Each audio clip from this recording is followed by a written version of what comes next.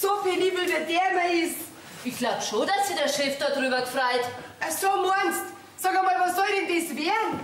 Wir haben doch nicht einmal einen Adventskranz im Büro. Weil's doch Weihnachten wird. Hänge ich am Chef einen Weihnachtstürkranz hin.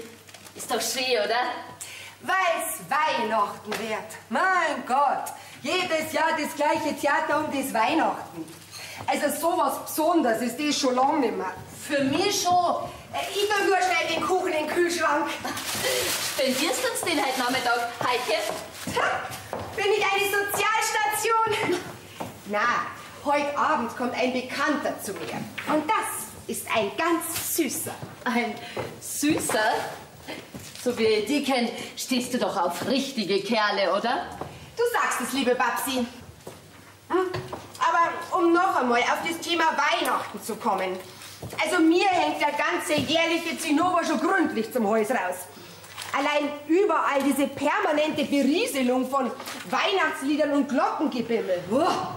Schauderhaft. Naja, dann sag ich halt schauderschön. Aber hast schon recht. Ein bisschen viel ist schon. Aber ich freue mich trotzdem auf Weihnachten. Es ist und bleibt das schönste Fest des Jahres. Es gibt halt immer noch ein paar Unverbesserliche.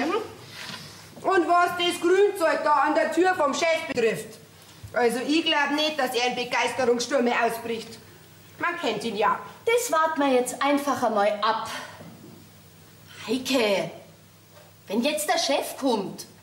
Na und, der kommt immer später. Wie du meinst. Nicht mein Problem. Eben.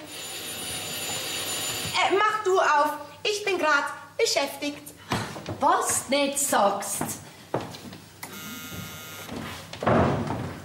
Grüß Gott.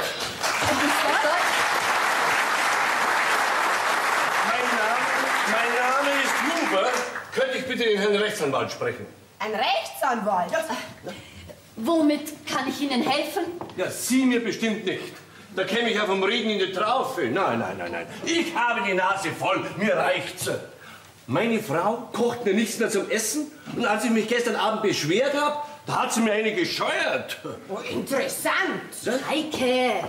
Ja, und was wollen Sie jetzt machen? Ja, was werde ich schon machen? Ich lasse mich. Ja, ich lasse mich scheiden. Und was wollen Sie da bei uns? Eine neue Frau? Ja, das fehlt mir gerade noch. Nein. Ich will einen Termin bei Herrn Rechtsanwalt Grabler. Das ist nebenan. Wir sind Import, Export, Grabert. Import, Export? Ja, auch gut. Ja, unternehmen Sie doch was. Ich habe mir vor 25 Jahren dieses Monster eingehandelt.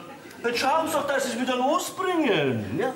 Dürfte ziemlich schwierig werden, aber ich bezahle die Kanzlei auch gut, ja? Grüßen Sie mir Herrn Rechtsanwalt Grabler von mir. Auf Wiedersehen.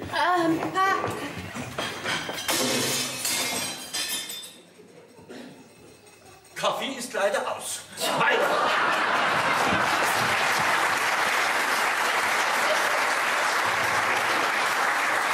So ein Chaot.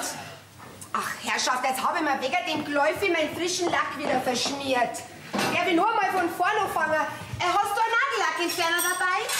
Nein, weil wir sind keine Beauty-Farm, sondern eine Import-Export-Firma. Ich mache meine Maniküre daheim. Bloß gut, dass man ihn immer gleich hört. Griebel, Sie kommen in genau 10 Minuten zu mir. Ja? Keine Sekunde früher oder später, verstanden? Jawohl, Chef. Mahlzeit. Mahlzeit. Was Neues? Ja, einer wollte sich scheiden lassen. Was ist los? Sorgen haben die Leute. Danke. Obwohl, naja, Babsi, Ich diktiere Ihnen jetzt gleich was in die PC, das muss unbedingt heute noch raus. Ja, aber Chef, sonst diktieren's doch immer mir. Wie? Ja, Sie kommen dann später zu mir ins Büro, das wird dann eine längere Sache, ja. Sagen Sie mal, ist das die neueste Mode? Was? Ja, die Fingernägel so, halb und halb. Natürlich nicht, Chef. Aber ich bin in der Mittagszeit nicht ganz fertig geworden und wollte während der Bürozeit keine privaten Dinge mehr erledigen. Das ist brav, das nenne ich Pflichtbewusstsein. Babsi, sind Sie fertig? Ganz ehrlich, da ist Name und Anschrift. Jetzt werden wir mal diesen Knalldeppen die Meinung sagen. Also, sehr geehrter Herr bla bla bla, Bezug nehmend auf Ihre Anfrage bzw. Beschwerde vom bla bla bla teile ich Ihnen hiermit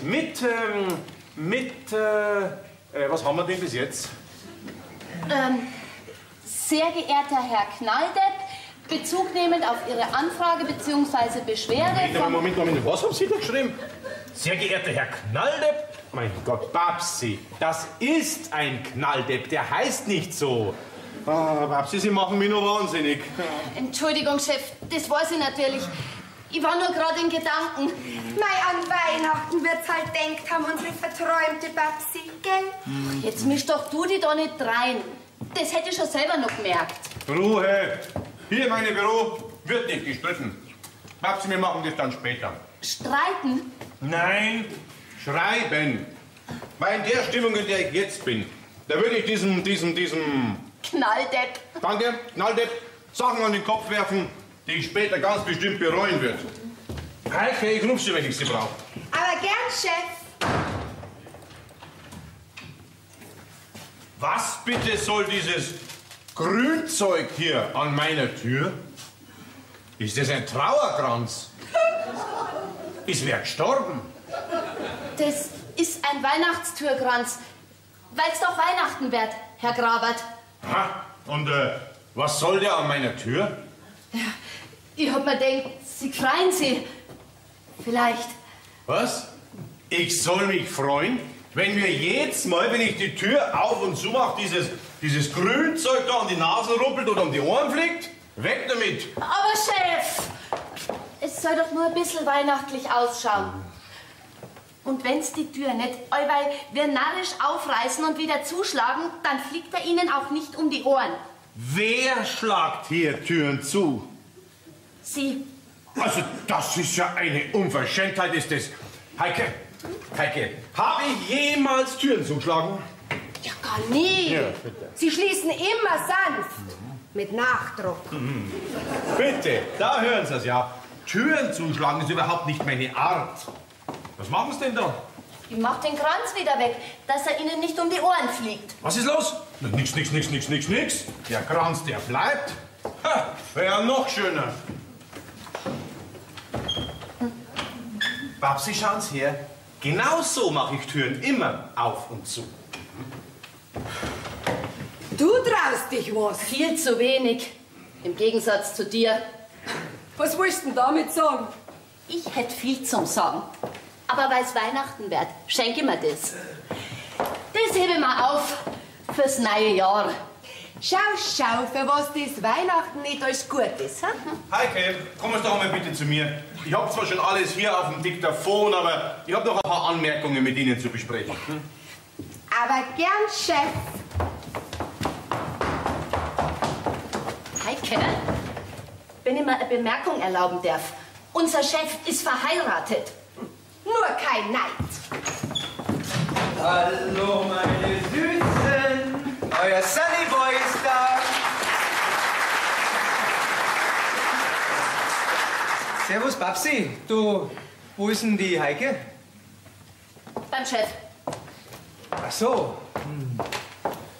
Ja, dann geh ich wieder. Wolltest du zur Heike oder zum Chef? Ich? Eigentlich wollte ich ja zum Chef. Ah ja? Ich mein, eigentlich ist doch der Chef für dich Nebensache, oder?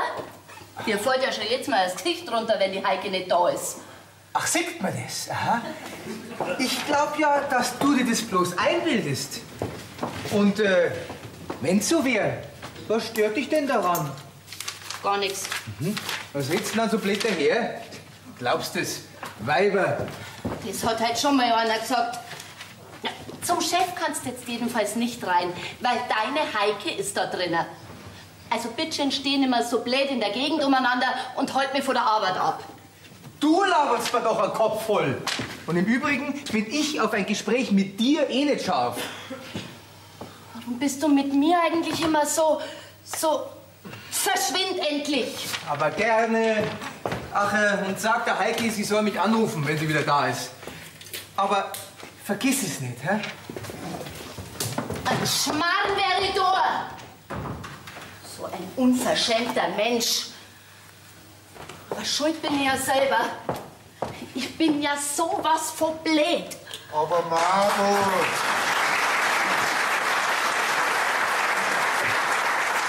Du wirst doch nicht von dir selber reden, hä? Doch. Und es stimmt, was ich sag. Jeder da herinnen, außer Ihnen, Herr Dange, springt mit mir um, wie er gerade lustig ist. Danke schön. Bitte. Der Chef hat sowieso nicht viel von mir. Ah, das stimmt nicht. Doch. Und die Heike, die behandelt mich ja wie ihren Lakai. Ja, mei, wenn du dir das gefallen lässt, dann bist du selber schuld. Der Manni, der ist auch immer bloß unfreundlich. Obwohl du unsterblich in ihn verliebt bist, gell? Woher wissen Sie das, Herr Dange? Mein Madel, das Verliebtsein schaut dir doch aus alle Knopflöcher. Du hast doch deine Augen überhaupt nicht mehr unter Kontrolle. Sieht man das? Ja. Mei, das ist ja furchtbar. Meinen Sie, er hat das auch schon gespannt? Na, der spannt gar nichts. Weil das ist noch ein dummer Bub, der nur Augen für die aufgemascherlte Heike hat. Aber macht da nichts draus, Babsi, der kommt schon noch dahinter. Die Zeit ist bloß noch nicht reif. Ich kann manchmal überhaupt nicht mehr hinschauen. Der himmelt die Heike an, das ist direkt peinlich. Aber wissen Sie was, Herr Dange? Ja. Ich schlag mir diesen Manni aus dem Kopf. Gegen die Heike habe ich ja sowieso keine Chance. Ich vergiss ihn einfach. So. Und wie willst du das machen, wenn du ihn jeden Tag siehst? Ja, dann kündige ich. Nein, das tust du nicht. Heute ist Weihnachten. Und? Was soll sich da ändern, bloß weil es Weihnachten wird? Na, wer weiß, da kann sich einiges ändern. Schau, ich bin doch da in dem Betrieb der alte Hausl für fast alles. Aber ich hab so das Gefühl, als da ich noch zu mehr taugen, als wir zum Aktenschleppen vom Büro zu Büro, zum Schneeräumen, im Sommer am Chef sein Rasen mähen, mir die Sorgen von seiner Frau anzuhören. Also lass dir gesagt sein, das traust du dich nicht, dass du mich mit der Heike und unserem schussligen Chef verloren lässt, gell? Herr Dange, das darf ich doch gar nicht fertig bringen. Ich bleib da, versprochen. Na, also. Na schau, die Heike ist ja eigentlich keine Unrechte. Ein bisschen sehr von ihrer Wichtigkeit und Schönheit überzeugt. Kein Wunder, wenn's alle so hofieren. Ja, auch das kann sich noch ändern. Ja, und unser Chef ist doch ein netter Mensch. Ein bisschen schusslig halt. Oder gestresst, wie man heute sagt. Er poltert gern. Alles halb so schlimm. Halb so schlimm? Mir hat er gerade zusammengeschimpft. Mein schöner Weihnachtstürkranz gefällt ihm nicht. Der gefällt ihm schon. Bloß zugeben tut das nicht. Ja, aber warum denn nicht? Warum gibt's Leute, die nicht sagen können, dass sie sich über was freuen? Ich freu mich über so viel. Hast recht, Madel. Freu dich, dass du auf der Welt bist. Und lass den Kopf nicht hängen wegen dem Manni. Bleib so, wie du bist. Bald ist Weihnachten. Ich verstehe Sie nicht, Herr Dange. Das macht nichts. Macht gar nichts. Ja, schau her, da ist die Post. Gibst das dann am Chef? Ja, Schneegeräumt habe ich auch schon im Hof. Kann ja eigentlich wieder heimgehen. Ach, Herr Dange, Sie sollen doch nicht Schnee rammen. Hä? Denken Sie an Ihr Herz. Okay. Ja, aber wenn Sie noch ein bisschen Zeit haben, Ja, hab ich. dann könnten Sie mir bitte schön die Ordner da in die Registraturen überrammen. Das hätte eigentlich die Heike machen sollen, aber naja. Und ich bin halt noch nicht dazugekommen. Ja, aber mach ich doch gern. Mich zieht's nicht heim. Auf mich wartet ja niemand. Selbstverständlich, Chef, wird sofort erledigt. Weiß ich doch, Heike, dass ich mich auf Sie verlassen kann, ja. Oh, jetzt ist mir nur die Türklinken aus der Hand gerutscht. Ah, Heike, schauen Sie doch bitte mal im Terminkalender nach, was diese Woche noch alles ansteht. Moment, Chef. So. Ja, also heute Abend Kegelclub, Morgen 19 Uhr Squash. Mittwochabend haben es ebenfalls 19 Uhr eine Beiratssitzung im Hotel Adler. Donnerstag haben wir noch nix. Ja, aber Freitag, 18 Uhr, wieder ein Meeting mit unseren Importpartnern. Ja, und am Wochenende weiß ich noch nicht, ob Sie was Spezielles vorhaben. Ja, dann könnte ich ja eigentlich am Wochenende nach Hamburg mal nachhaken, warum das immer so ewig lang dauert, bis die Container aus Übersee gelöscht sind. In Hamburg haben Sie ja genug Wasser zum Löschen. Ja. Heike, buchen Sie mir bitte für Freitag ab 23 Uhr in den ICE nach Hamburg. Ja, dann wäre ich in der Früh droben. Wird erledigt, Chef.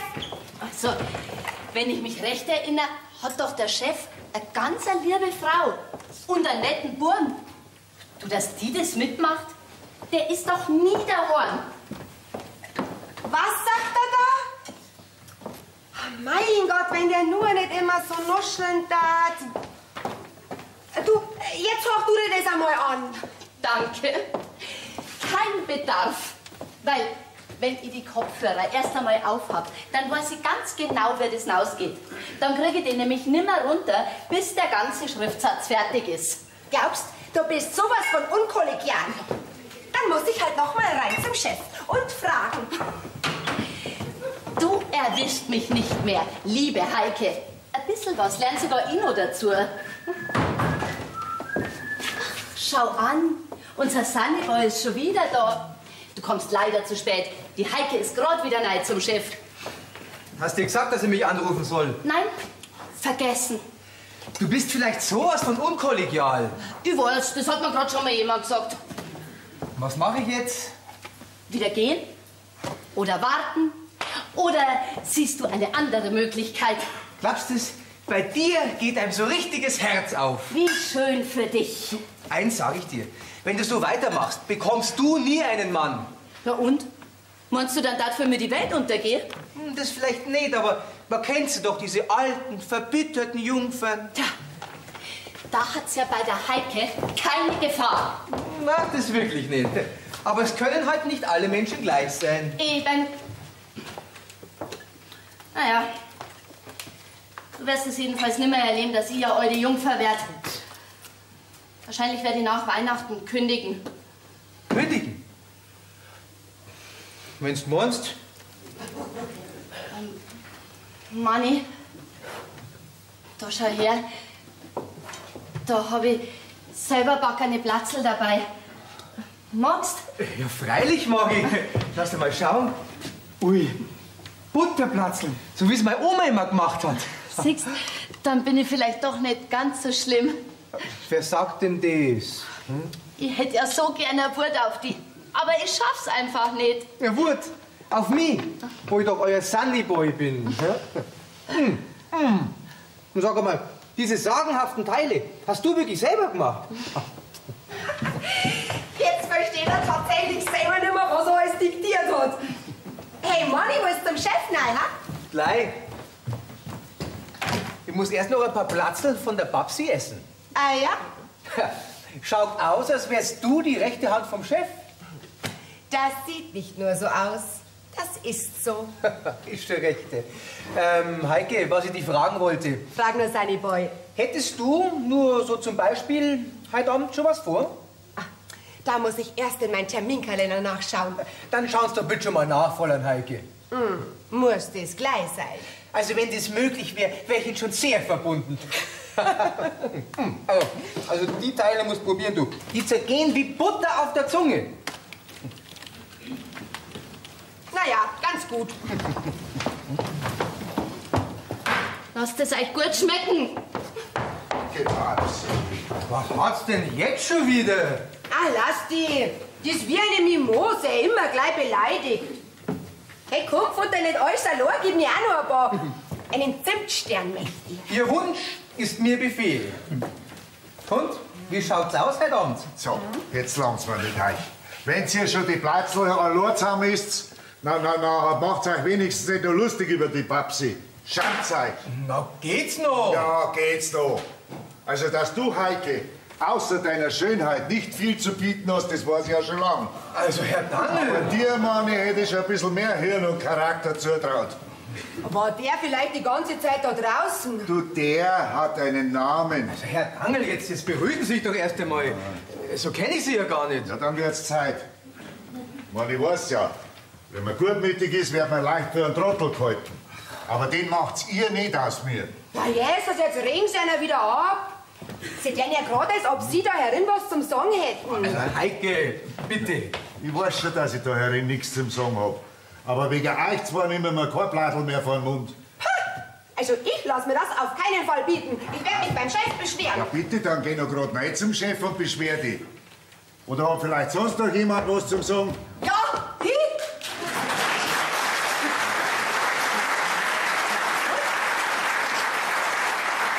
Ist der Kaffee schon fertig? Also ich muss jetzt dringend zum Chef. Ja, was ist? Ist der Kaffee schon fertig? Ja, keine Ahnung. Ich war ja schließlich bis jetzt beim Chef. Aber ich konnte gern nachschauen. Mir scheint, da herin herrscht dicke Luft. Ja, da können Sie recht haben, Kathi. Aber lassen wir das, weil's Weihnachten wird. Genau, weil es Weihnachten wird. Darum bin ich nämlich heute auch ein bisschen früher hergekommen. Ich wollte nämlich fragen, ob wir heuer wieder unsere kleine Weihnachtsfeier machen. Das war doch letztes Jahr so gemütlich. So, Ihr Kaffee. Wollen Sie da sitzen bleiben, Frau Reiser? Wenn es nichts ausmacht, gern. Wo ist denn die Babsi? Die kommt gleich wieder. Und wegen der Weihnachtsfeier. Richtig, wegen der Weihnachtsfeier. Ich hab mir gedacht, das ist doch schließlich bloß einmal im Jahr Weihnachten. Ja. Und das ist doch nett, wenn man ein bisschen zusammensitzt und miteinander feiert, oder nicht? Und Weihnachtsliedlein singt, wie schön. Jawohl. Und Weihnachtsliedlein singt. Du brauchst ja nicht mitsingen, wenn's nicht willst.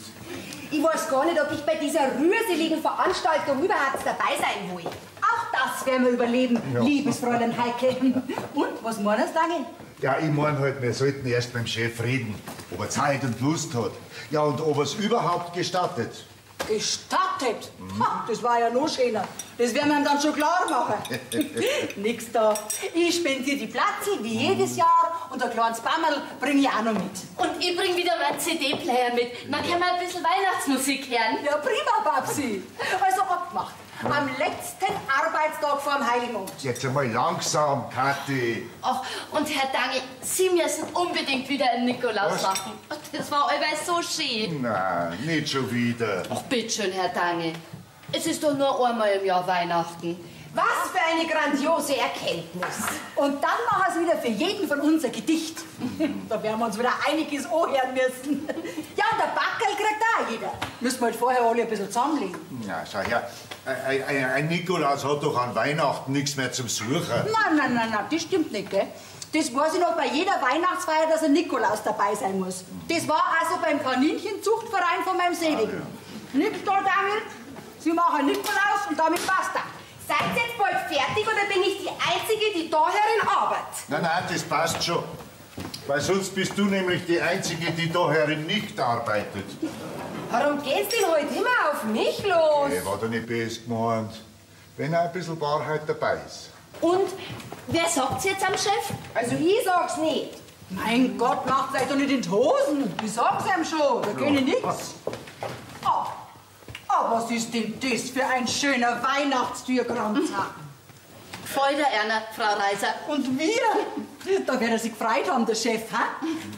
Und wir. Wissen Sie was, Frau Reiser? Backen Sie ein Ei und nehmen Sie ihn mit heim. Wir mitnehmen, das geht doch nicht. Und wie das geht, jetzt nehmen Sie ihn schon. Und dann schnell raus damit. Also, vergeht's Gott, den hänge ich mir gleich an meine Tür hin. Da wird er meine Nachbarn aber stinken. Meine Liebe, du bist schon wirklich gut, Babsi, weißt du. Naja, aber wahrscheinlich spannt das gar nicht. Herrschaftszeit. Das war jetzt vielleicht eine harte Nuss. Von Buchhaltung keine Ahnung haben, aber mir in meine Kalkulationen reinreden. Das mag ich. Weil ihr gerade alle da seid. Ihr habt doch das Weihnachtsgeld noch nicht auf dem Konto. Er hat nämlich gerade so Andeutungen gemacht, von wegen schlechter Auftragslage und miserabler Zahlungsmoral unserer Kunden. Kennt man ja. Und dann hat er noch gesagt, und jetzt kommt's, dass er noch nicht weiß, ob überhaupt und wenn ja, in welcher Höhe er uns unser Weihnachtsgeld auszahlen kann. Nett, oder?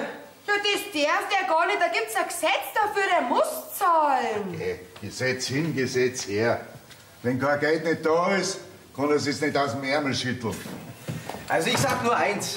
Ich mache hier die Buchhaltung. Und die Firma nagt noch nicht am Hungertuch. Mehr sag ich nicht.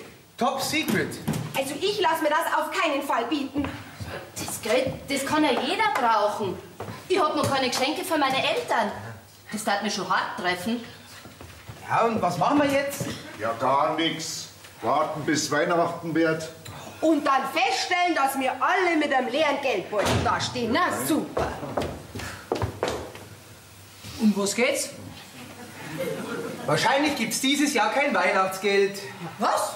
Wer sagt das? Na, der Chef. Aber nicht mit mir, gell? Ich meine, ich kann ihn ja soweit ganz gut leiden. Aber das, wenn er macht, dann wird er von mir höchstpersönlich von unserer Weihnachtsfeier ausgeschlossen. Ui, da wird er aber sehr traurig sein, der Chef. Also ich kann mich da nicht konzentrieren, wenn andauernd geratscht wird. Ja, da hast recht, aber 10 Minuten vor Dienstschluss brauchst eh nicht mehr so tun, als ob du arbeiten würdest. Sehr witzig. Aber recht hat er. Und? Wie schaut's aus heute Abend? Frau Reiser, was machen wir denn jetzt? Heute Abend?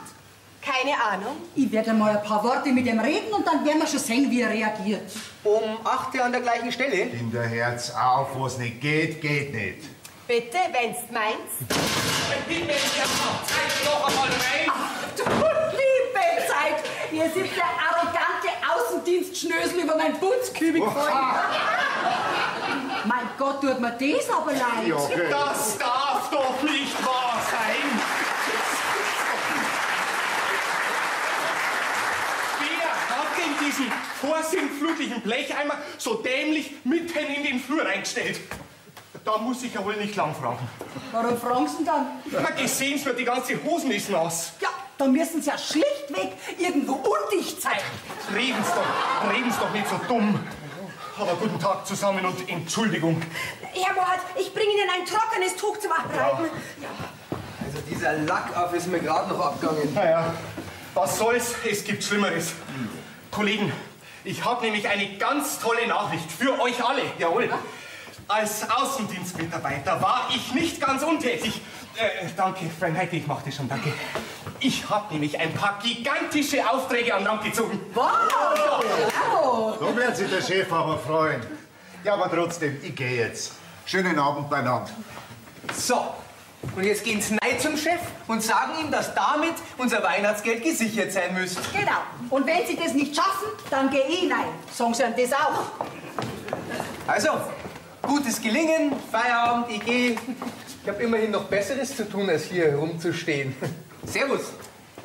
Ja, dann fange ich heute einmal an, gell? Am besten putze ich gleich einmal die Lacken auf, die mir der Herr Wichtig da beschert hat. No. Schon verziehen. Wenn Sie mehr so gute Aufträge an Land ziehen, dürfen Sie von mir aus jeden Tag einen Putzkübel umschmeißen. Vierte Babsi. Wiederschauen, Frau Reiser. Fräulein Heike, ich bin wieder da. Ja, ich seh's und... Haben Sie heute Abend schon was vor? Heute Abend? Schon möglich? Ja. Ließe sich das eventuell verschieben? Wäre möglich. Ja, dann werde ich Sie um 19:30 Uhr abholen. Sie werden da sein? Möglich. Das heißt doch bei Ihnen ja. Ich kenne Sie doch. Wirklich. Einen schönen Abend noch, liebe Babsi. Danke. Dir auch. Ja, was ist los? Sind schon alle fort? Ich bin noch da, aber nimmer lang. Es ist ja schon 5:45. Wo bitte ist mein Weihnachtstürkranz? Weg. Ja, das sehe ich auch, aber was heißt hier weg? Weg heißt, dass er weg ist. Er ist nicht mehr da.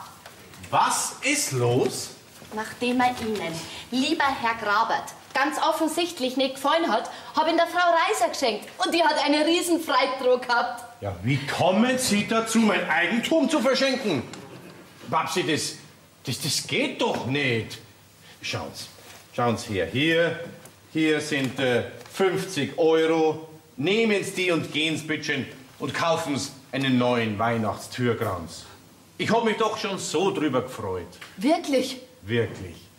Weil's doch Weihnachten wird.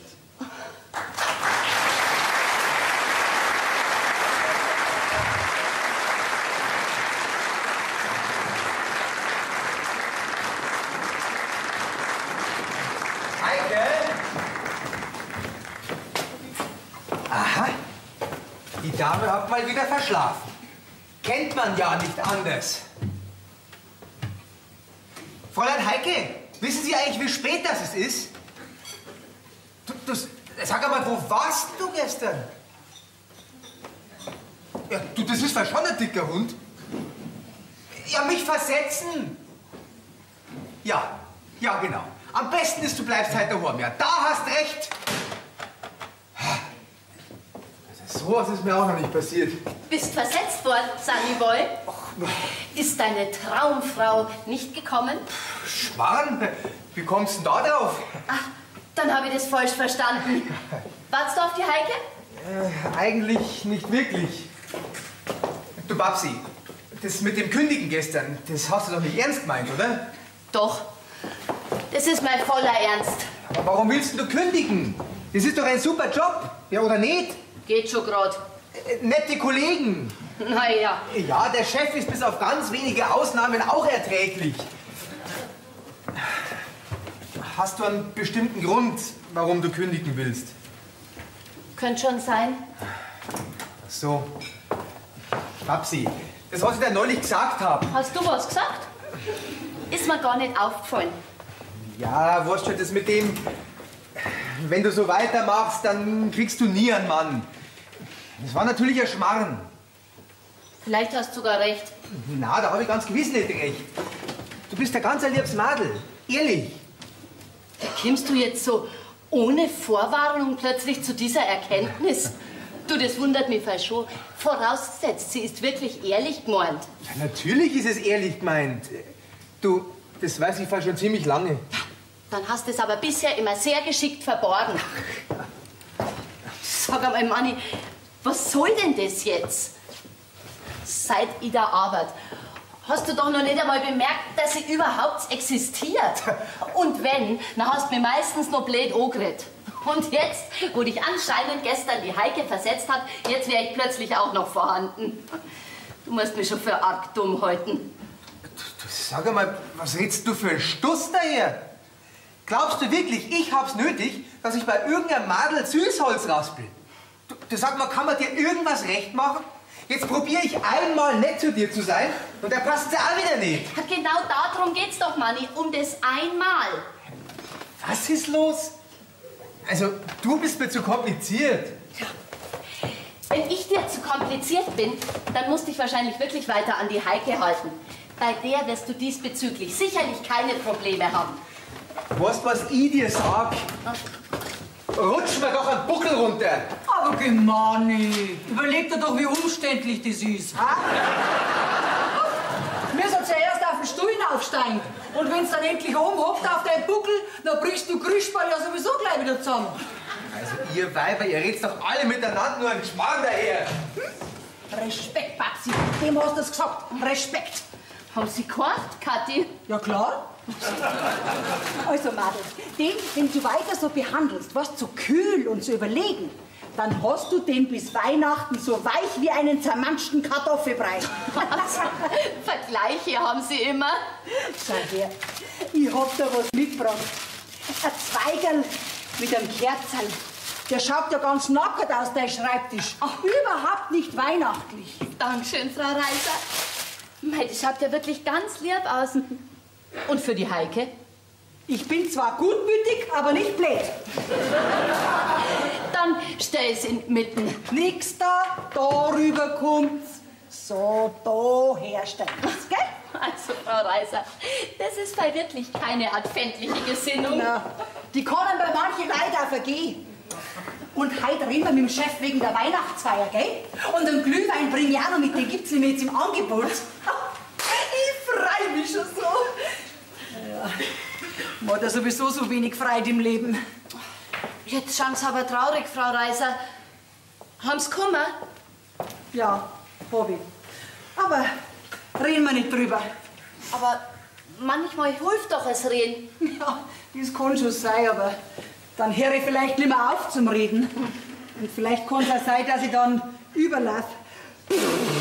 Na, das will ich wirklich nicht, dass Sie warnen, Frau Reiser. Okay, ich warn doch nicht. Obwohl, eigentlich kann ich schon warnen. Naja, die Ausrede mit dem Zwiefelschneiden, die funktioniert ja jetzt wahrscheinlich nicht mehr, gell? Lassen wir es trotzdem. Das Weihnachten ist halt einfach mal so ein blödes Fest, wo man gern rührselig wird. Ein blödes Fest? Nein, ich hab mir bloß versprochen. Ein schönes Fest. Ein wunderschönes Fest. Und zur Kaffeepause, da zündet man das Kerzel an, okay? Und das bleibt auf deinem Schreibtisch. Wo ist denn die andere überhaupt? Keine Ahnung. Vielleicht krank. Ja, im Hirn. Also, Kathi. Ist doch wahr, die Heike ist doch so dumme Gans. Die war doch für jeden Fuchs ein gefundenes Fressen. Ach, geh. Jetzt sind's doch nicht gar so bes. So schlimm ist doch jetzt auch wieder nicht.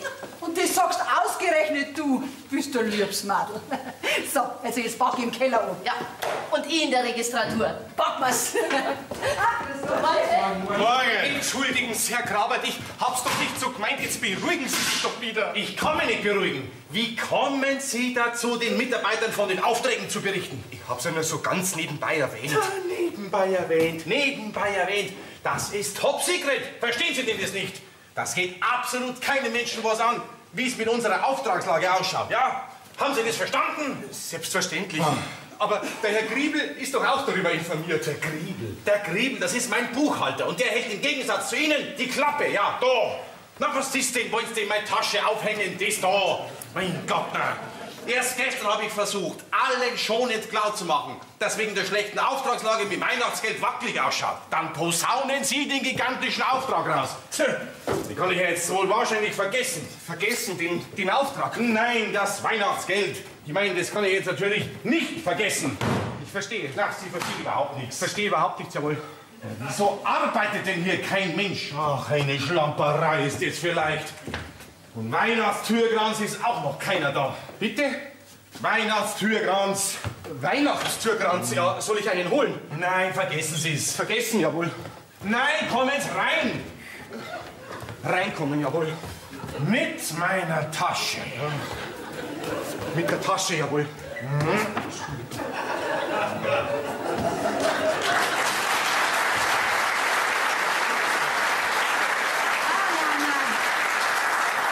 Der fühlt sich ja auf wie der Captain Ahab, wo der Moby Dick ausgekommen ist. Da weiß er auch nichts anderes als wie ein gelernter Bürohengst. Heike? Babsi? Ja, Chef. Babsi, haben Sie aus dem Tresor so einen großen weißen DIN A4-Umschlag raus? Aus welchem Tresor? Aus welchem Tresor? Aus welchem Tresor? Wie viele Tresore haben wir denn? Ja, Entschuldigung, Chef. Ich gehe doch nicht ohne ausdrücklichen Auftrag von Ihnen an den Tresor. Der weiße Umschlag mit ganz wichtigen Unterlagen ist aber nicht mehr drin. Verdammte Sch! Warum verschwindet eigentlich aus diesem Büro ununterbrochen irgendetwas? Entschuldigung, Chef, aber meistens verlegen Sie es selber. Sie? Kommen's mir für ja nicht so. Nicht so! Da wäre ich nämlich verdammt ungemütlich. Aber Chef, doch nicht so kurz vor Weihnachten. Das ist überhaupt, was ich Sie fragen wollte, wegen unserer Weihnachtsfeier. Bleiben Sie mir bloß vom Leib mit Ihrer Weihnachtsfeier. Am besten mit ganz Weihnachten. Babsi, Sie drehen mir jetzt das ganze Büro von oben bis unten um. In einer halben Stunde liegt der Umschlag auf meinem Schreibtisch, verstanden? In einer halben Stunde? In einer halben Stunde. Das ganze Büro? Das ganze Büro. Das haut nicht hin. Das haut hin, ja. Und Frau Reiser, kümmern Sie sich gefälligst um Ihren Putzeimer und mischen Sie sich nicht immer in interne Angelegenheiten. Klar? Klar, interne Angelegenheiten. Jetzt kümmere ich mich mal. Jetzt kümmere ich mich um meine internen Angelegenheiten. Der ist ja noch schlimmer wie der Captain Ahab. Vorwarnung, unsere Miss Wellness ist im Anrollen. Guten Morgen. Morgen. Morgen.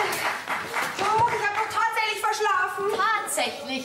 Ist gestern ein bisschen später geworden? Ja, du sagst es. War übrigens ein wunderschöner Abend. Tatsächlich. Freut mich für dich. Sag einmal, Heike, hast du irgendwo einen weißen DIN A4-Umschlag gesehen? Da sind wichtige Unterlagen drin und der ist aus mysteriösen Gründen aus dem Tresor verschwunden. Aus dem Tresor? Also ich gehe nicht an den Tresor. Ach, bitteschön, hilf mir trotzdem beim Suchen. Wonach? Nach besagtem Umschlag. Weiß. Das da ist weiß. Was ein DIN A4-Kuvert ist, wirst du ja wohl wissen. Ach, ich sehe heute höchstens weiße Mäuse. So brummt mir der Kopf. Boah, ich brauche erst einmal meine Kopfwehtabletten. Ah, Heike, wird auch langsam Zeit. Wo waren Sie denn? Im Bett. Entschuldigung. Im Bett? Allein. Genehmigt. Heike, wissen Sie, wo... Der weiße Umschlag geblieben ist? Nein, weiß ich nicht. Bedauere. So, dann helfen Sie gefälligst der Babsi beim Suchen. Verdammt nochmal! Muss ich denn euch Tipsen jeden Handgriff sagen? Lieber Himmel, der ist heute aber drauf. Bitte, Heike, jetzt such halt endlich mit. Ah, schrei mich nicht an. Ich kann mich heute nur ganz langsam bewegen. Ist doch sowieso sinnlos, die ganze Sucherei. Wenn der ominöse Umschlag hier irgendwo wäre, dann wäre uns die letzten Tage mal unter die Finger kommen. Bei dem seiner Schusslichkeit darf mich nicht wundern, wenn der Umschlag bloß in seiner Fantasie existieren darf. Ja, oder er hat ihn schon längst zur Post getragen. Und? Gefunden? Wir können leider nicht hexen. Und eine von euch zwei war am Tresor. Ich kann mich noch ganz genau daran erinnern, wie ich das Dokument auf die mittlere Ablage gelegt habe. Und dann, ich sehe es direkt vor meinem geistigen Auge, habe ich die Zahlenkombination eingestellt. Mit geschlossenen Augen? Natürlich nicht. Also, der besagte Umschlag, weiß DIN A4, war mit 100%iger Sicherheit im Tresor. Und da ist er jetzt nicht mehr. Also, wo ist er? Griebel. Griebel! Hat er auch verschlafen? Ist irgendwas passiert, Chef? Griebel, haben Sie die letzten Tage die Finger am Tresor gehabt? An dem Tresor in Ihrem Büro, Chef? Haben wir vielleicht irgendwo anders noch einen Tresor? Soweit ich weiß, nein. Aber an dem Tresor haben doch eigentlich immer nur Sie persönlich Ihre Finger. Yvonne, Chef. Was wollen Sie denn damit sagen? Chef, die Flaschen mit meinem Spülmittel ist leer. Raus! Dann putze ich heute überhaupt nichts mehr. Der Herr Griebel wollte damit nur sagen, dass keiner von uns ohne ausdrücklichen Auftrag von Ihnen an den Tresor geht. Und ich habe noch nie einen Tresor geknackt. Ich weiß überhaupt nicht, wie so drum aufgeht. Leider. Also wenn dieses Dokument heute nicht auftaucht, dann bin ich erledigt.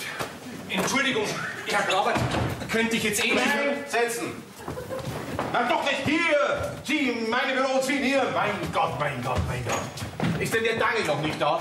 Vielleicht hat mir der in seiner Blödheit mit einem Akt abgelegt. Oder zum Altpapier gelegt. Zum Zutrauen wär's ihm ja. Der Herr Dangel arbeitet sehr korrekt. Und dann kommt er immer ein bisschen später, wie Sie wahrscheinlich wissen. Ja, also ich rekonstruiere jetzt nochmal. Ich habe Hunger. Schwan. Ich gehe natürlich an den Tresor. Ich öffne ihn, ich lege das Dokument auf die mittlere Ablage, ich schließe ihn und stelle dann die Zahlenkombination ein. Ja, komisch. Irgendwas stimmt an diesem Ablauf nicht.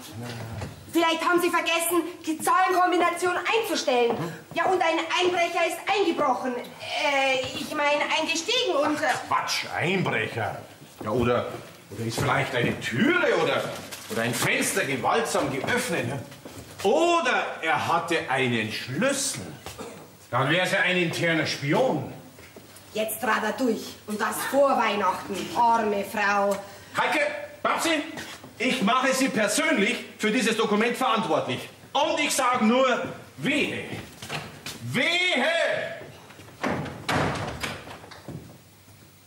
Warum ist denn immer noch kein Weihnachtstürkranz an meiner Tür?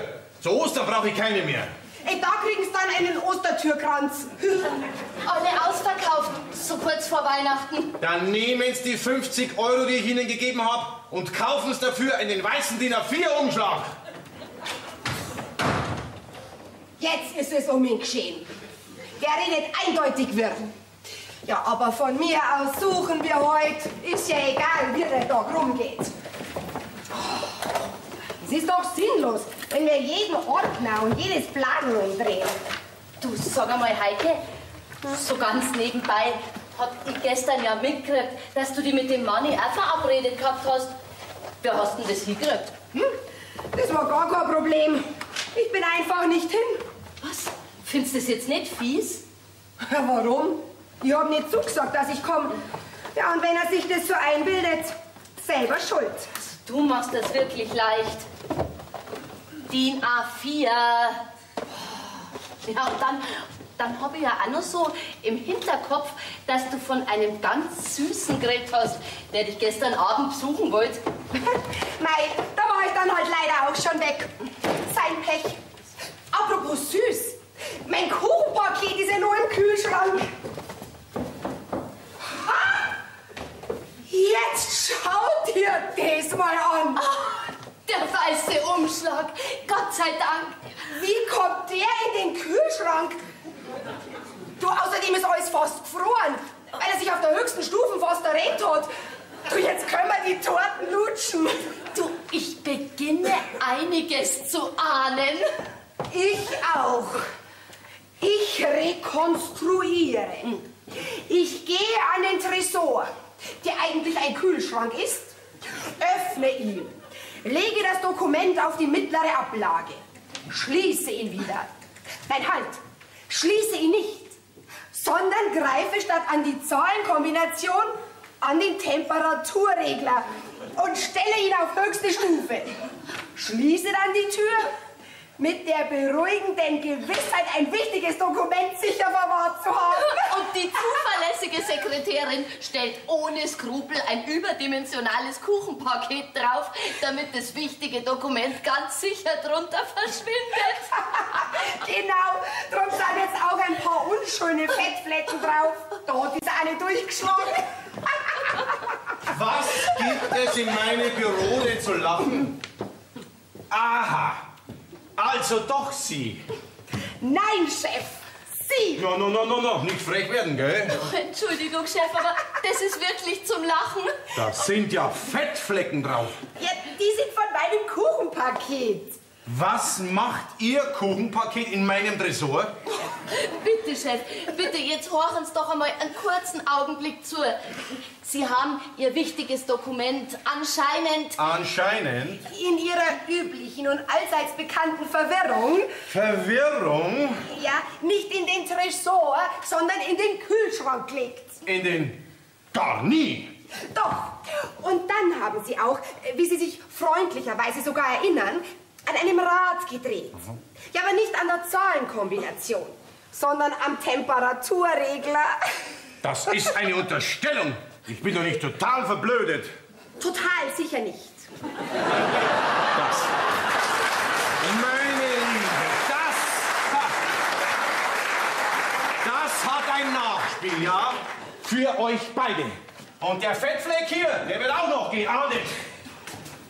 Und der Fettfleck hier wird auch noch geahndet. Da schau her. So viel Fröhlichkeit bin ich ja bei euch zwar gar nicht gewohnt. Da habe ich scheinbar was versäumt. Und ob, Herr Dangel? Ja. Unser Chef hat ein wichtiges Dokument statt in den Tresor in den Kühlschrank gelegt. Und ich habe mein Kuchenpaket draufgestellt. Das kann man gar nicht erzählen, wie der sich aufgeführt hat. Das Rumpelstilzchen war harmlos dagegen. Ja, mei. Er ist halt manchmal ein bisschen zerstreut, unser Chef. Ein bisschen? Mei, Herr Dani, die Geschichte, die müssen Sie unbedingt als Nikolaus erzählen. Was meinen Sie, wird da alle lachen? Du, eine Weihnachtsfeier ist aber nicht zum Lachen da. Und außerdem soll man sich über seinen Chef nicht lustig machen. Und überhaupt ist diese Weihnachtsfeier noch gar nicht offiziell genehmigt. Ja, die Kathi hat aber entschieden, dass sie auch ohne Genehmigung stattfindet. Ach, hat die Kathi entschieden? Naja, und was die Putzfrau sagt, wird natürlich in dem Büro sofort gemacht, das wissen wir ja. Also, ich glaube... Herr Dangel, grüß Gott. Gott, Chef. Ja, also, ich glaube, ihr habt recht, ja. Ich kann mich noch ganz dunkel daran erinnern, wie ich mit dem Dokument in der Hand zum Kühlschrank bin und mir ein Stück Salami runtergeschnitten habe. Ja, das Stück Salami liegt jetzt übrigens in meiner Schublade im Kalender, ja. Mitten im Dezember, ja. Den Fettfleck auf den Dezember möchte ich sehen. Naja, was soll's. Sowas brauche ich noch einen Dezember. Das Jahr ist ja eh schon gleich vorbei. Chef, wo Sie gerade so milde gestimmt sind, wird unsere Weihnachtsfeier genehmigt? Macht's doch, was wollt's. Tut's doch sowieso immer. Lieber raffiniert seid ihr Madel schon.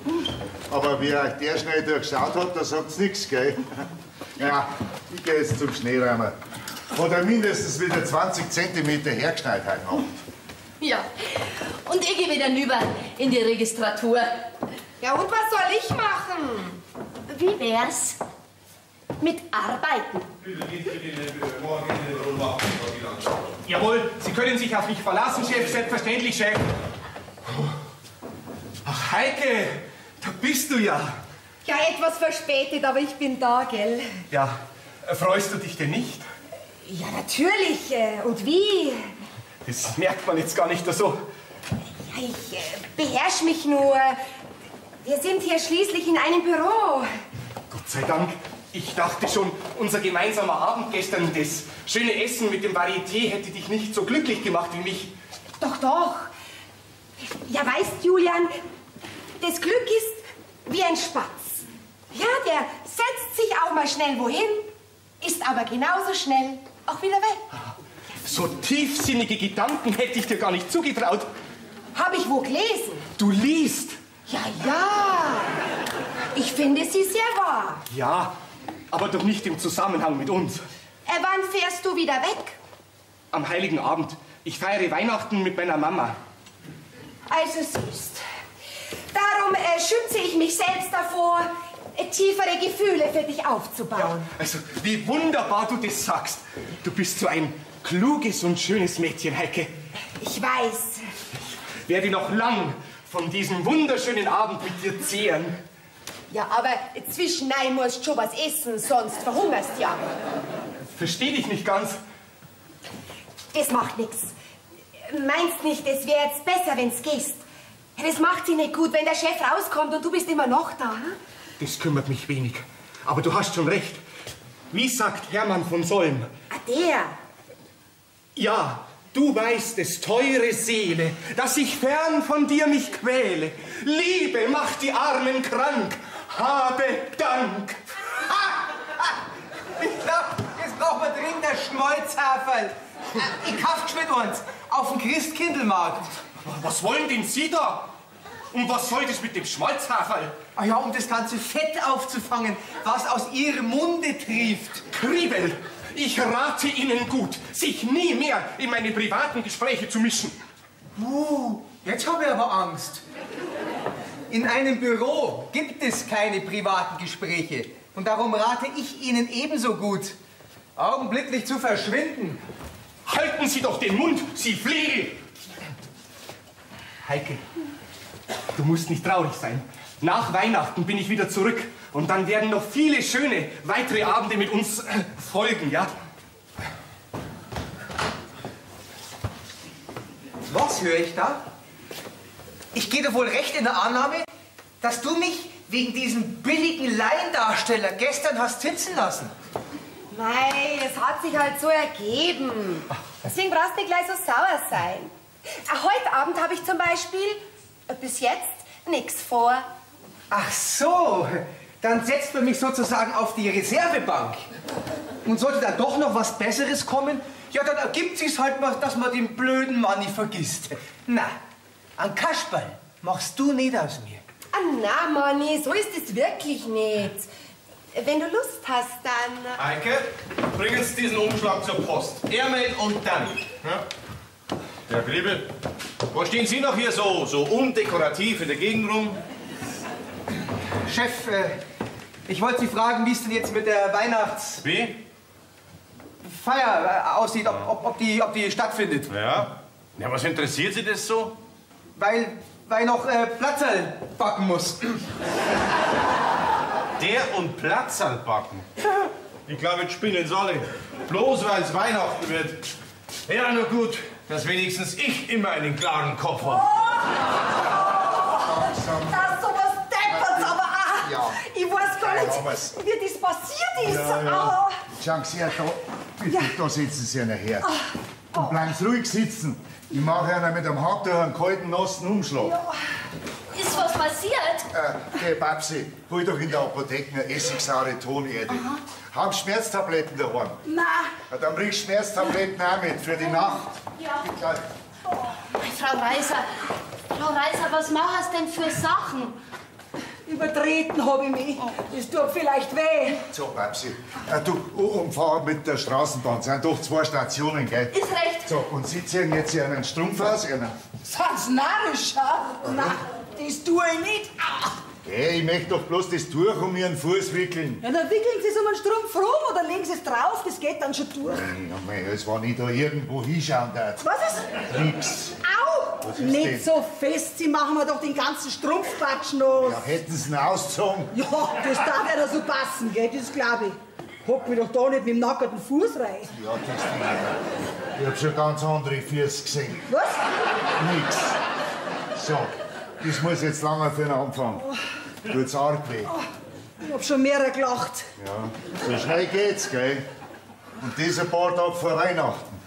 Was hat jetzt Weihnachten mit meinem Axt zum tun? Ja, ich mein, sowas dauert mindestens 8 Tage. Und über die Feiertage, da möchte man doch gesund sein. Man kriegt einen Besuch, zum Beispiel. Ich krieg keinen Besuch. Nicht? Ich hab gemeint, Ja, dann haben Sie falsch gemeint. ja, entschuldigen Sie, Kathi, aber ich hab gemeint, Sie haben eine Tochter. Hab ich auch. Ja. Ich hab ja auch einen Sohn. So. Freut mich. Was? Ja, dass Sie einen Sohn haben. Ja. Ja, ist ein ganz lieber Kerl, mein Sohn, das muss man schon sagen, ja. Ja, bloß die Schwiegertochter halt. Wie es manchmal so geht, ich kann nicht mit ihr. Aber er, mein Sohn, der kommt ja oft, ganz oft kommt der bei mir vorbei, ja. Und dann fragt er mich immer, wie es mir so geht und ja, wenn er natürlich geschäftlich verreist ist, dauert es oft länger. Das letzte Mal haben wir uns vor 20 Jahren gesehen. 20 Jahre? Ja. Da könnten Sie ja schon gestorben sein. Ja, kann leicht sein. Aber an sowas denkt man halt nicht. Ja, und wenn schon. Ja. Und wenn schon. So ist es halt, wenn man alt wird. Nicht schieß. Und vor allen Dingen, wenn dann solche Feste daherkommen wie Weihnachten. Okay, Kathi, so darf man jetzt nicht reden. Ich schon. Hat schon manchmal so ein Kreuz mit den Schwiegerkindern, gell? Ja. Ja, aber ich mein, mit einer eigenen Tochter, da ist doch das ganz was anderes wie mit der Schwiegertochter. Das hab ich auch gemeint. Ach, so ein liebes Mädel ist gewesen. Ja.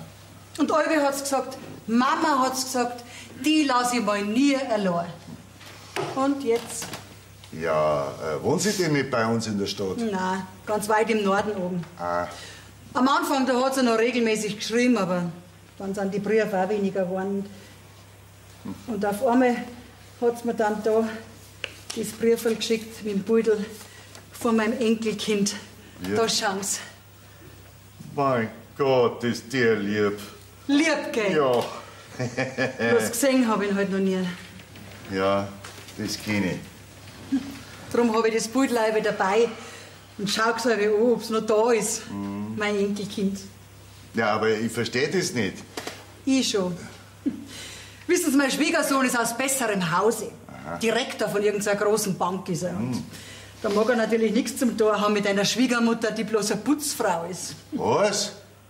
Ja, und das lässt deiner Tochter zu? Ich nehme sie nicht übel. Ich möchte nicht haben, dass wegen mir einen Ärger kriegt. Aber mein Enkelkind hätte ich schon gerne einmal gesehen. Auf den Arm genommen, ein bisschen an mich hingedruckt, gespielt. Aber sie bringt man halt nicht. Okay, Kathi, jetzt werden Sie nicht warnen. Geh, ich warn doch nicht mit. Sie haben doch wenigstens ein Foto von Ihrem Enkel. Ja, mir tut ja bloß der Fuß so weh. Wissen Sie was? Ich habe eine ganz gute Säule bei mir drunten. Die bringe ich Ihnen rauf. Ich brauche bloß einen Stock runtergehen. Ja. Sie bleiben dabei da sitzen, gell? Oh, mein Dangel. Fürs Herz, da gibt's halt kein Säumen.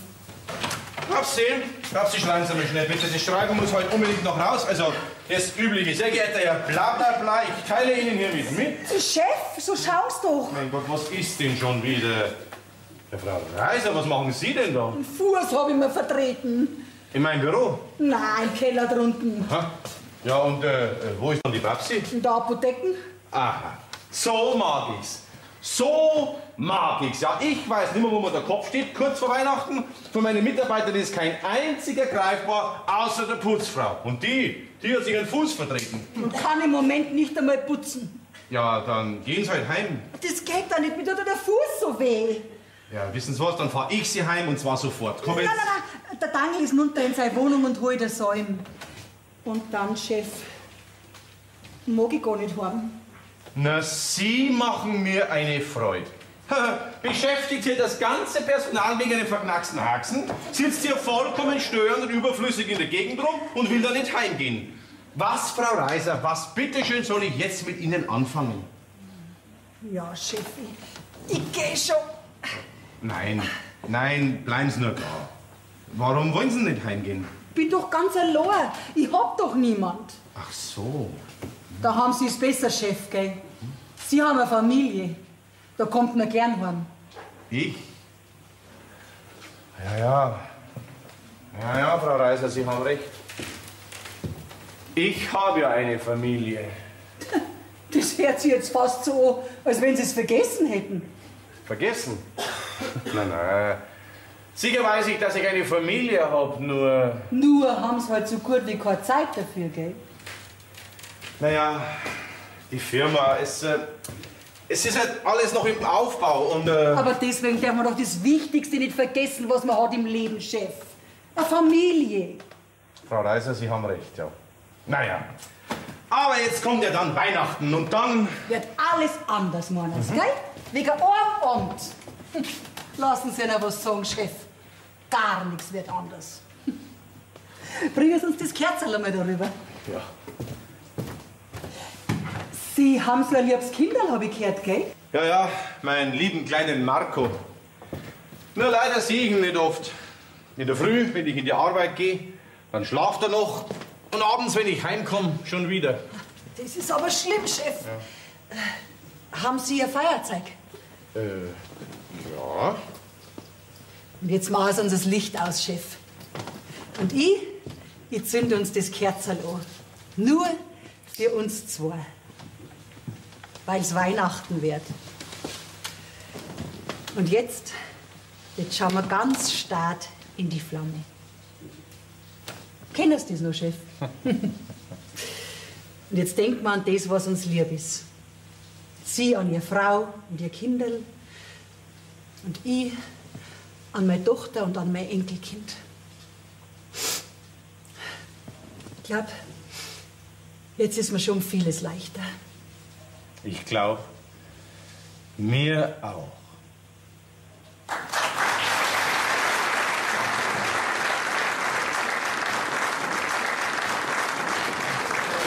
Schaut wirklich nett aus. Also, ich brauche keinen Mistelzweig, um einen Mann zu finden. Was wollt ihr jetzt? Nach dem Glühwein schauen. Ah ja, und nach dem Geschirr. So, da sind die Weihnachtsservietten. Du, die Teller mit den Platzen, die stehen ja noch draußen. Bringst du das bitte mit? Jetzt könnten es eigentlich schön langsam eintrudeln. Komisch, dass sie unser Herr Dangel halt noch gar nicht hat blicken lassen. Mei, der wird halt so mit der Einstudierung von seinem Nikolausauftritt beschäftigt sein. Bin schon neugierig, was dem heuer wieder alles eingefallen ist. Ja, auf ihn freue ich mich am meisten.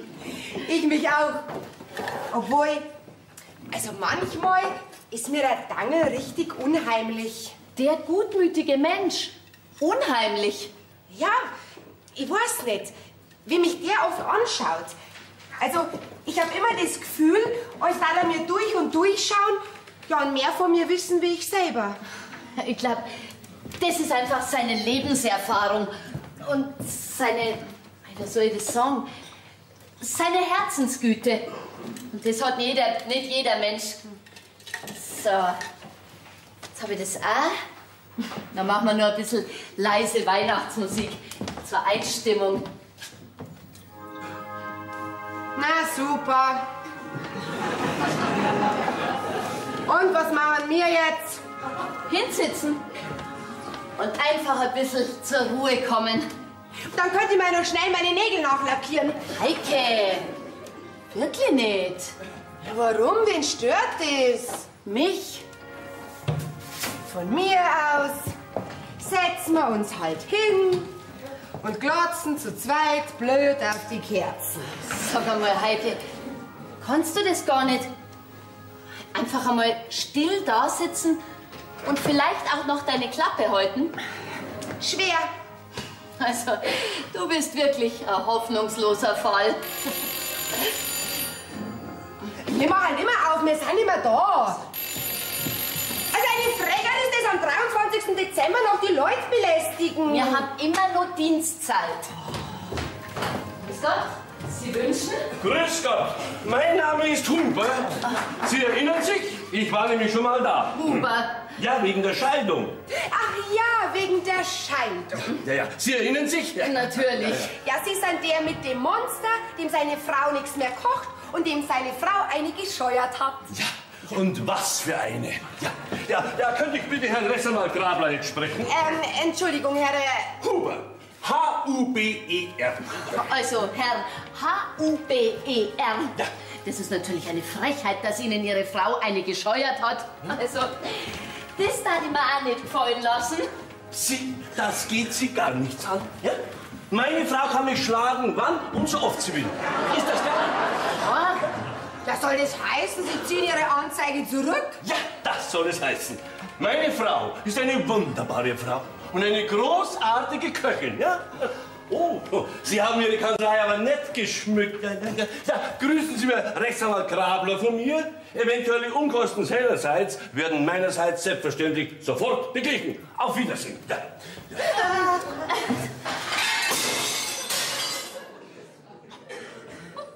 Glühwein ist aus. Frohe Weihnachten. Stopp, Doktor.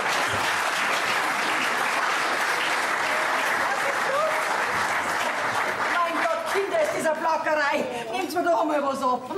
Frau Reiser, was schleppen Sie denn alles daher? Stell das Baum mal da rüber, Heike. Schau mal, ganz zertätscht schaut's aus, ha? Ja, den bringen wir schon wieder hin. Pass aber auf die Lichter auf. Ja, ein bisschen kitschig ist, aber sonst ganz lieb, gell? So, Frau Reiser, was haben Sie denn jetzt alles drin in Ihrer schweren Tasche? Für jeden ein bisschen ein Putsch und noch eine Tüten mit Latzerl. Die ganze Nacht bin ich heute am Herd gestanden mit meinem Wehen Haxen. Ach, Frau Reiser, jetzt sitzen Sie ja erst einmal daher und dann legen Sie Ihren Fuß auf. So. Verdammte Shit. Warum sind Sie denn nicht mit dem Taxi gekommen? Mit dem Taxi? Bin ich am Onassis sein Ex? Bin ich mein ganzes Leben noch in kein Taxi gesessen. Mit der Trambahn geht's genauso schnell. Nett schauen Sie aus. Mit Ihrem weißen Spitzenkragerl. Gell? Ja, man muss sich schon ein bisschen herrichten zu solchen Festtagen. Wenn's auch nicht mehr viel nutzt. Das Baum können wir so lassen. Du, Babsi, was meinst du? Vielleicht sollen wir die Kathi unter den Mistelzweig stellen. Wo ist ein Mistelzweig? Ah, da stell ich mich jetzt drunter. Und der Jüngste, der vorbeikommt, den back ich. Ja, und jetzt die Beleuchtung. Heike, da ist ein Stecker, den dort ein einstecken. Ah, ja, wunderbar. Brennt ja. Hätte man nicht gedacht, dass das damals den Transport so gut übersteht. Wo ist denn eigentlich der Daniel? Der muss halt eigentlich schon lang da sein. Keine Ahnung, wo der so lang bleibt. Ja, wahrscheinlich ist er voll. Was? Und ganz mit seinem Nikolaus-Auftritt beschäftigt. Heike, was isst denn du da? Ich? Warum? Nix. Heike! Naja, das dauert mir alles zu lang. Nimm mir die Tüten weg und du lass die Pfoten davon, gell? Aber schön habt ihr es geschmückt. Richtig weihnachtlich. Oh, der Chef naht. Hallo, grüß euch, Mädels. Gut gelaunt. Naja, Weihnachten wird's, gell? Gleich kommt der Reif. Greif an. Spinnst du? Ich kann doch nicht den Chef überfallen. Warum nicht? Weil du darfst ihn bestimmt nicht wundern. Und sein Gesicht darf mich schon interessieren. Oh, eiskalt ist es heute draußen. Zu spät. Er hat leider schon passiert. Ah, schön ist ja alles hergerichtet. Ui, und da sind ja auch schon Platzerl. Finger weg! Na, greifen Sie nicht zu, Chef. Unsere Kathi hat für genügend Nachschub gesorgt. Die zergehen auf der Zunge. Frau Reiser, was macht der Fuß? Ja, er ist im Weg. Nehmen wir's Platz, Chef. Wo sind denn die anderen alle? Hoffentlich dauert's nicht allzu lang. Ich muss nämlich leider noch auf die Weihnachtsfeier vom Golfclub. Ja. Was? Golf spielen Sie auch? Was haben Sie denn da für ein Handicap, Chef? Sei Frau. In wie viel Vereine sind Sie jetzt eigentlich? Ja, also beim 5. habe ich aufgehört mitzuzählen. Und was sagt die Frau dazu? Sie versteht's. Hoffe ich zumindest, ja. Naja, aber das Pflegen von solchen Kontakten ist als Geschäftsmann einfach ungeheuer wichtig. Aber bitte, lassen wir doch das Thema für heute, ja? So, und ich hole jetzt den Rest vom Glühwein, weil immer nur Platz, das ist mir zu trocken. Genau. Die stauen uns nämlich schon langsam von die Ohrwaschel raus, gell? Danke. Also schön ist es. Wie wenn ich in meiner eigenen Firma auf Besuch wäre. Ja, aber ich lasse mich ganz gerne mal bedienen. Dankeschön, Heike. Ach, das ist vielleicht ein Duft, ja. Und diese Platzerl. Selber gemacht. Selber gemacht. Frau Reiser, Sie haben ein Glück, dass ich schon vergeben bin. Ich würde Sie auf der Stelle heiraten. Na, Chef, das muss nicht sein. Also, bei solchen Platzerl, da denke ich immer an die Weihnachten mit meinen Großeltern. Das waren die schönsten. Ja, Großeltern, wenn man heute hat, gell? Ich freue mich morgen schon auf die Augen von meinem kleinen Marco. Er kriegt seine erste Modelleisenbahn. Computergesteuertes Schaltpult. Tenderlock mit TEDx-Kupplung, elektrische Weichen und alles bedienbar mit Infrarot-Fernbedienung. Wie alt ist denn Ihr Sohn? 3. Wer meint jetzt, dass da damit spielt? Der Papa. Toll! Ja, alle schon beim fröhlichen Weihnachtsgelage. Oh, und wie weihnachtlich das riecht. Zimt, Glühwein. Haxen abkratzen, Mantel ausziehen und dann reinkommen. Ja, zu Befehl. Jetzt sowieso. Frau Reiser, was haben denn die zwei vor? Sind Sie froh, dass Sie verschont blieben sind? Und vor allen Dingen, dass ihr einen wählen Fuß habt, weil sonst... Er kommt.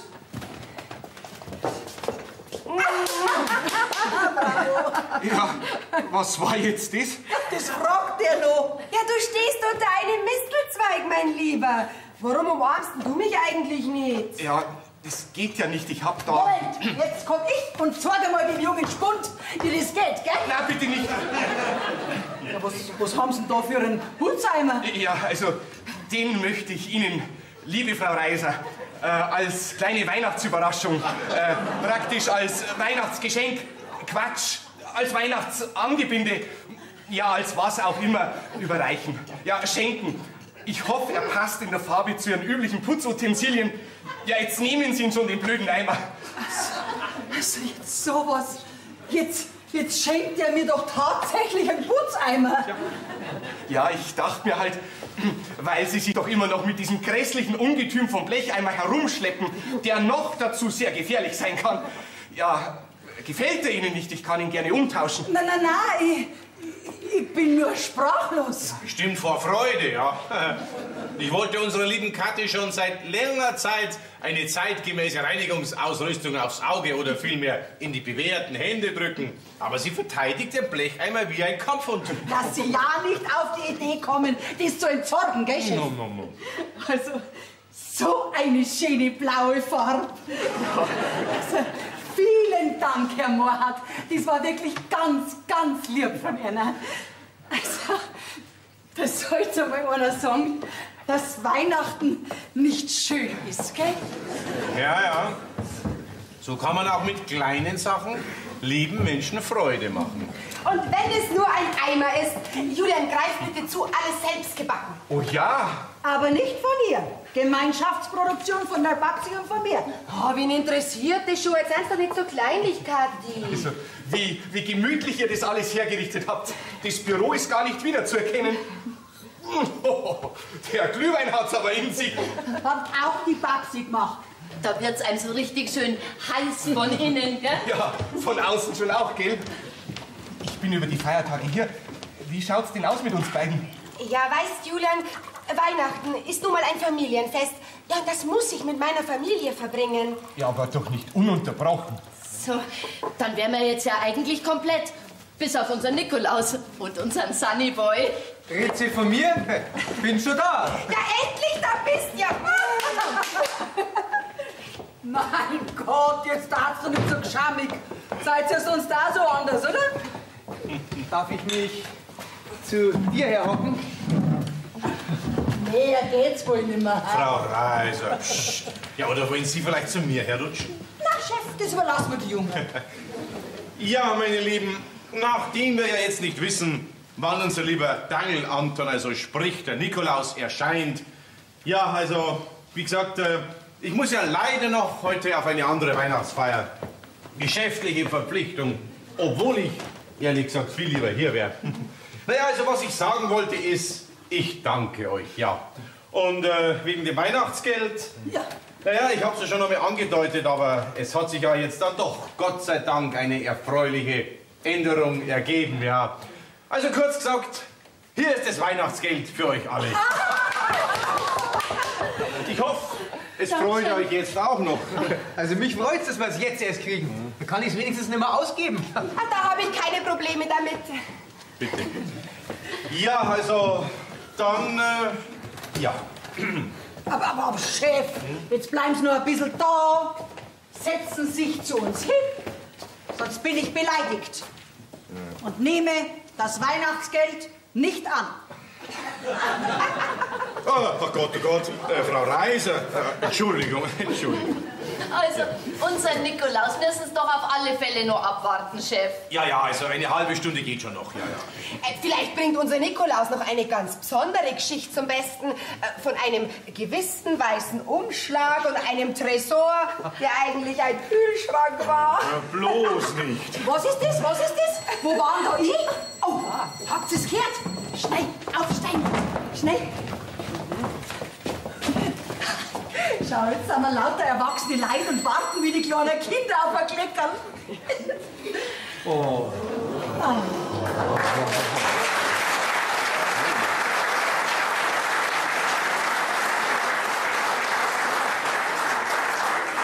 Als Weihnachten wird, habe ich die Lichter sind.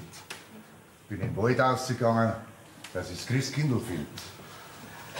Aha, seid ihr alle da? Schön. Wir haben schon auf dich gewartet, Nikolaus. Er sieht aus wie der Nikolaus, der mich als kleiner Bub immer besucht hat. Schöne Erinnerungen. Bei mir war immer der Knecht Ruprecht dabei und hat meinen Hintern verhauen. Wirst du das schon braucht haben, Manfred Griebel. Vielleicht hätte ich auch den Krampus mitbringen sollen. Ha? Nächstes Jahr, da musst du auch zu meinem kleinen Marco kommen, lieber Nikolaus. Aber ich war immer brav, Nikolaus. Aber das weiß ich doch, Kathi. Von dir gibt's nur Gutes zu berichten. Ist das auch wirklich unser Nangel? Der ist ja gar nicht zum Erkennen. Geh, wer soll es denn sonst sein? Jetzt horcht's doch einmal zu, was der Nikolaus zum Sagen hat. Ja, und das ist viel, was ich zu sagen habe. Sehr viel. Ja, dann fang bitte gleich an, lieber Nikolaus. Ich muss nämlich Noch zu einer anderen Feier, ich weiß. Mein Gott, was für ein Depp, ruf doch jetzt bitte in unsere Feierlichkeit noch. Oh, Mr. Kelly? Mr. Kelly, how do you do? Yeah. Oh, Mr. Kelly. Oh, thank you for this great information, yes. Thank you, yes. Bye-bye, Mr. Kelly. Merry Christmas and a Happy New Year. Von mir auch. Ja. Meine Lieben, der Vertrag mit unseren Geschäftspartnern in New York ist perfekt. Ja, es geht aufwärts. So, es geht aufwärts. Meinst du? Ja, natürlich, das ist der größte Deal, den ich seit Übernahme der Firma gemacht habe. Aha, ein Deal. Da schau mal her. Für mich? Ja. Was ist da drin? Auch ein Deal mit dir. Ein Sackerl Ruhe und Gelassenheit und eine große Portion Erkenntnis für die wahren Werte im Leben. für das, was wirklich wichtig ist. Und das ist nicht nur ein großer Deal mit Amerika. Ja, aber es geht doch wirklich aufwärts. Na, mit dir geht's abwärts. Und ich rate dir, geh nicht zu dieser Feier von dem Club, Martin Grabert. Ja, aber meine Geschäftsfreunde, die erwarten das von mir. Ich muss mich da sehen lassen. Du musst. Meinst du? Ich glaube, deine Frau packt gerade die Koffer mit dem Nötigsten. Dein kleiner Sohn Marco hat schon sein blaues Wollmützerl auf und wartet im Flur. Gleich wird die Mama fertig sein. Zum Gehen. Zum Gehen? Ja, wieso? Ja, hat meine Frau vielleicht eine Andeutung gemacht, wie Sie bei uns waren? Ich hoffe, du weißt jetzt, was du musst. Was meine Frau und mein Bub, die wollen gehen. Jetzt an Weihnachten. Ich muss heim. Ich muss sofort heim. Ich muss heim. Die Platzl! Na, was ist? Habt ihr Angst vor mir, dem alten Dangel? Oder habt ihr Angst vor der Wahrheit? Ja, ich weiß, ihr habt schon als Kinder immer nicht glauben wollen, dass der Nikolaus alles weiß. Gell, Kathi? Aber ich war wirklich immer brav, Nikolaus. Das weiß ich doch. Na, schau her. Für dich ein Sackerl voll Vertrauen in die Zukunft und viel, viel Weihnachtsfreude. Mein Nikolaus. Nicht traurig sei, Kathi. Ich hab noch was für dich. Da schau her. Ein Brief. Was, ein Brief? Für mich? Ja. Ja, von wem ist denn der? Von meiner Tochter. Sie kommt, schreibt's. Und das Enkelkind bringt's auch mit. Weil's Weihnachten wird, sagt's. Woher weiß denn der Daniel das? Ich bin neugierig, was er über mich weiß. Keine Angst, sicher nur Erfreuliches. Ja, Heike, für dich habe ich schon auch was. Da schau her. Ein Sackerl Bescheidenheit und Ehrlichkeit. Ja, nimm nur. Ehrlichkeit? Wieso? Ich bin doch... Nicht immer ehrlich. Nikolaus, du willst mir doch nur Angst machen, oder? Aber wie kann ich dir Angst machen, wenn doch alles in Ordnung ist bei dir? Ich muss sofort heim. Ich muss noch alles herrichten und putzen. Und ganz habe ich auch keins. Und den Stall muss ich auch noch machen. Und das Buberl braucht doch bestimmt eine Milch. Ich muss heim. Frohe Weihnachten. Ich hab's.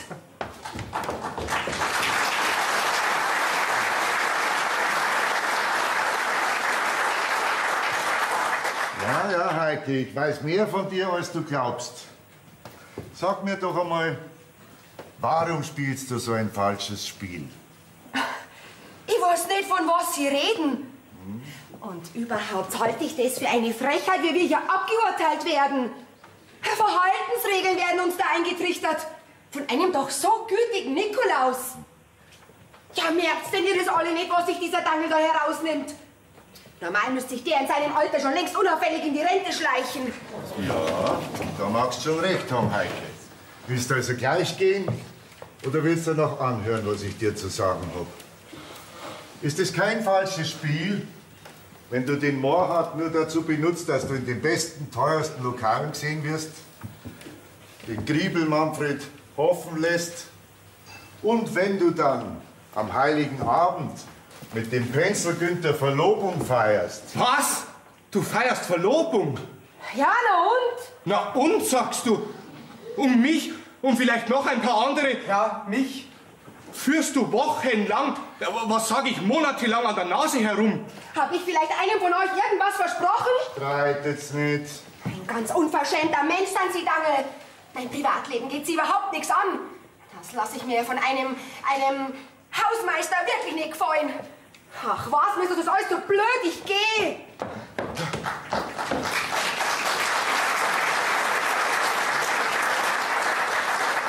Vielen Dank, Herr Nikolaus. Und fröhliche Weihnachten allerseits. Aber eine Frage hätte ich schon noch. Woher haben Sie eigentlich all diese doch sehr internen Informationen? Tja, mei, ein Nikolaus kommt viel rum das ganze Jahr. Tja, und außerdem kenne ich die Familie Penzel recht gut. Ah ja. Aha. Ja, dann werde ich jetzt wohl auch gehen. Dann kann ich ja zu meiner Mutter fahren. Ja, vielen Dank nochmals für die wunderschöne und aufschlussreiche Weihnachtsfeier. Fröhliche Weihnachten. Und es war nicht immer so gemeint. Ja, schon vergessen. Fröhliche Weihnachten, Herr Mohrhardt. Fröhliche Weihnachten. Trotzdem. Ja.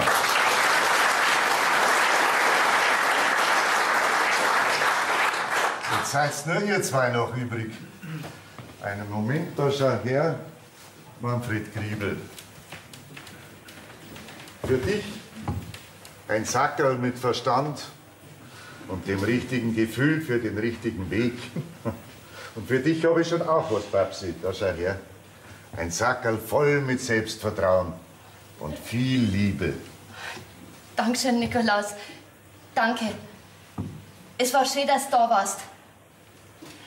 Komm grad wieder zurück in den Wald. Oder wo auch immer du herkommst. Grüß Gott. Grüß Gott.